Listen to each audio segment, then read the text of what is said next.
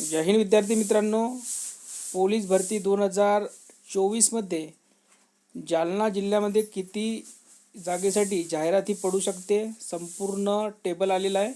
तुम्ही बघू शकता 31/12/2023 पर्यंत किती जागा या रिक्त आहे तर 163.